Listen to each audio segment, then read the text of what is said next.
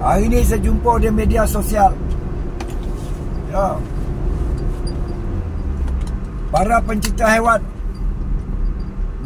menyatakan bantahan kepada Menteri Besar Negeri Sembilan. Apa yang saya tengok macam itulah. Membantah tindakan arahan Kerajaan Negeri Sembilan, Menteri Besar Negeri Sembilan tentang pelupusan anjing di kawasan majoriti orang Melayu. Video tu ada lagi dengan saya tu. Cuma saya nak bagi tahulah pada pencinta haiwan ni. Kalau kau yolah beriyo waktu sayangkan anjing-anjing tu, yang liar ni, tangkap, hantar ke marah. Senang. Kau tahu tak risiko anjing liar ni? Yang pertama, menyusahkan rumah-rumah yang ditinggalkan ketika mereka bercuti ataupun balik kampung. Mereka bercemporos, siap tidur di beranda, siap beranak lagi. Ya. Ini saya nak bagi tahu biar anda faham. Yang kedua, kencing najis, kami terpaksa basuh. Ya.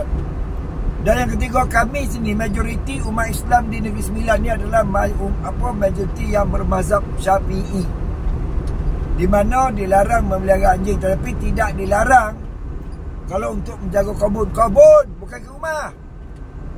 Jadi kau kena faham. Ya. Dan mazhab Syafi'i juga, agama Islam juga mengatakan dilarang menginyayu anjing. Larang. Itu sebab kami minta Negeri Sembilan nak cari jalan bagaimana nak selesaikan masalah ini. Yang kau pula tak tahu orang pergi membantah tu kenapa? Kalau kau sayang benar dekat anjing tu, tangkap anjing tu, pergi balik rumah. Ya. Pada Datuk Tok Min MB Negeri Sembilan, jangan gustan-gustan, buat tu weh. Kan, kalau layan buat 3-4 ekor tu jadi payah kita. Kan. Tangkap anjing tu, hantar kat tempat dia orang kat taman-taman tu. Tengok apa tindakan orang pula. Marah tak? Ya. Oh, bahaya keselamatan anak-anak kami yang masih kecil-kecil. Tahu pula bercakap macam tu.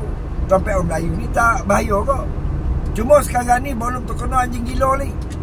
Bila dah kena anjing gila besok, gigit anak-anak kami, masa tu baru nak bersorok, kami bersimpati, minta maaf, tak guna lah. Tak guna. Jadi saya minta pada Tok Min, jalankan. Tak perlu cerita banyak lagi. Kalau diorang sayang, diorang tangkap, bawa balik. Ya, senang cerita. Habis tuah. Ya, selamat.